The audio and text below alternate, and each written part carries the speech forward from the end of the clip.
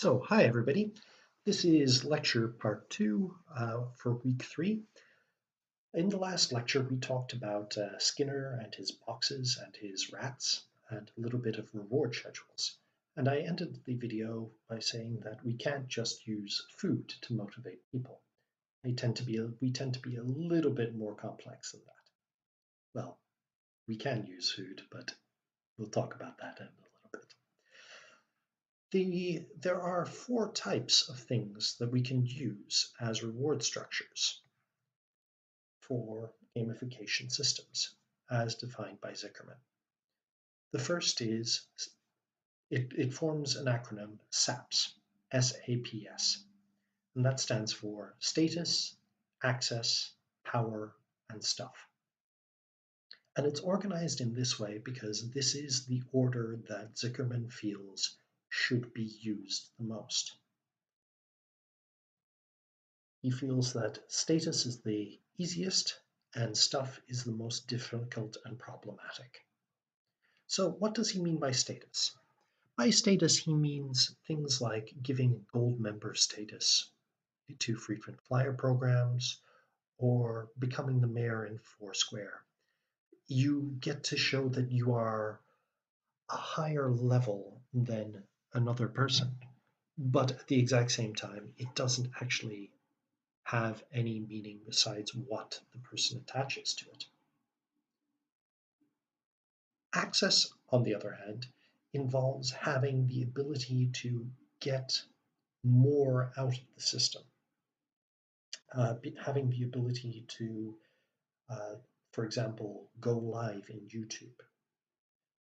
Unless you have, I think it is 25,000 followers, you aren't allowed to just one click and go live to YouTube and stream directly to their service. They want you to have jumped through a couple of hoops to make sure that you're not going to do anything dodgy with it. Another example would be becoming a member of a guild in a massive multiplayer online role-playing game.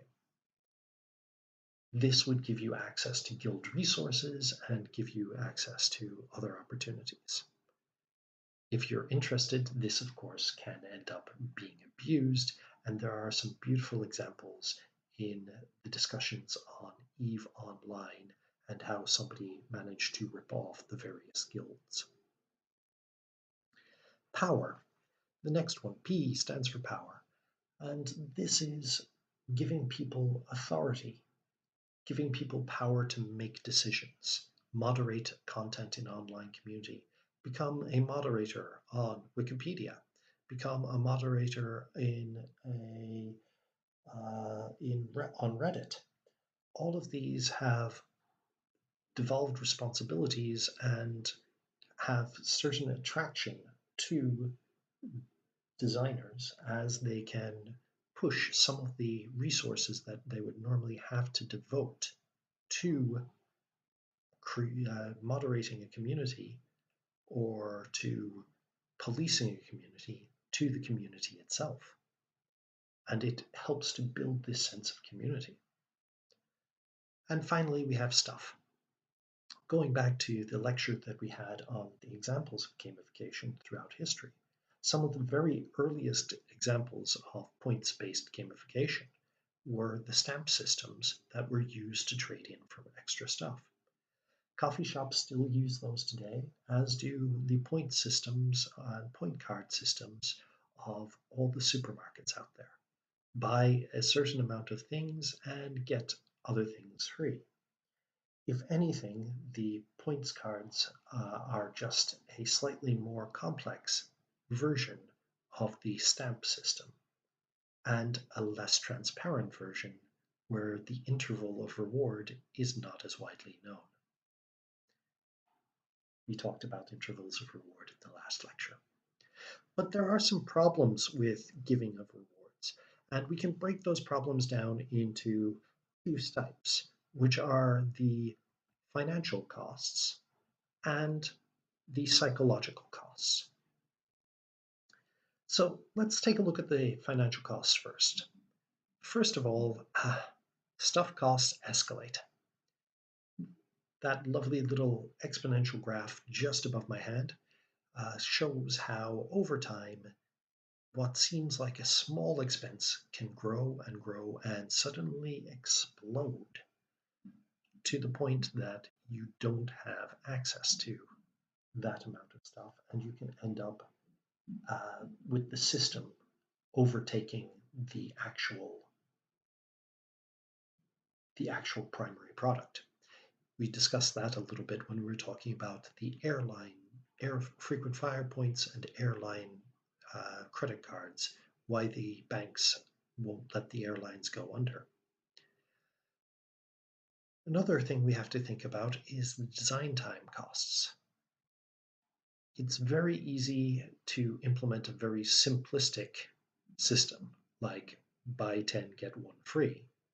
It's a lot more difficult to integrate a power structure or an access structure or even a status structure into the design of the program because you need to make sure that it's in existence beforehand.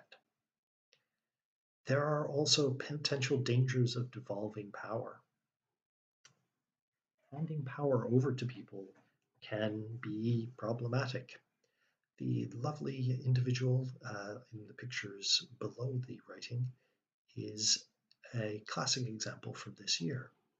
She's a Twitch streamer who was invited to be on an advisory council for the Twitch streaming service. And it went to her head. And she got caught releasing a video in which she says, the quote, "I have power and people should be afraid of me." This caused a massive amount of trouble for Twitch and caused a great deal of headaches as they had to backpedal dramatically and say, actually, no, it's an advisory position. They have an advisory position. They do not have any power to actually ban people, despite what it was that they were saying they were going to do. So this can cause problems in itself. You have to be very careful about who gets given power in a system and how much power they get given in a system. There's also the alienation of pay-to-win mechanics. In access systems, you don't want to set up, or maybe you do want to set up, a differentiation between those who are playing just to play and those who are actually giving you regular money and being the whales that you want to deal with. But it can cause alienation in the system and you can engender a lot of bad will on it. So we have to think in terms of the rewards, how these 4 rewards can be deployed and how much they're going to cost us, either in time, money, or goodwill, which all come together into financial costs. The second type of costs that we can end up dealing with are the psychological costs of the system. And there are 2 things that we must be aware of and hold very clearly in our minds when we are designing a gamified system. The first is that the removal of a reward acts in the exact same way as a punishment. So if I have a reward that I have been giving out regularly, and suddenly I realize that I don't want to do that anymore, maybe the costs have gotten too high, taking that reward away acts as much as a punishment as any other form out there. The classic example from the comic that is underneath is removal of an allowance. We've been giving you this money so regularly, and now we're going to pull it back away from you, and this can drastically demotivate a person from engaging in the system. The second one, again illustrated by the comic book underneath, messed up below and underneath, an interesting malapropism. The use of an extrinsic reward can actually reduce the amount the person wants to engage in the system. If you pay somebody to do something that they love doing, the amount that they're going to engage with it is actually going to go down as the work becomes a job. Extrinsic reward structures have been shown to overwrite the intrinsic. Which of course leads us down and finally to where to next. And what we're going to look at in the next video, which hopefully should be up in the next day or two, is the problem that we have with Dechi and his monkeys. Namely, why aren't we designing the system to be intrinsically rewarding? We understand that intrinsic rewards are a different way of looking at it. Why aren't we designing that way? As always, if you have any questions, please drop me a line on my email addresses or in the forums on Moodle. Thank you very much, everybody, and please stay safe. Bye.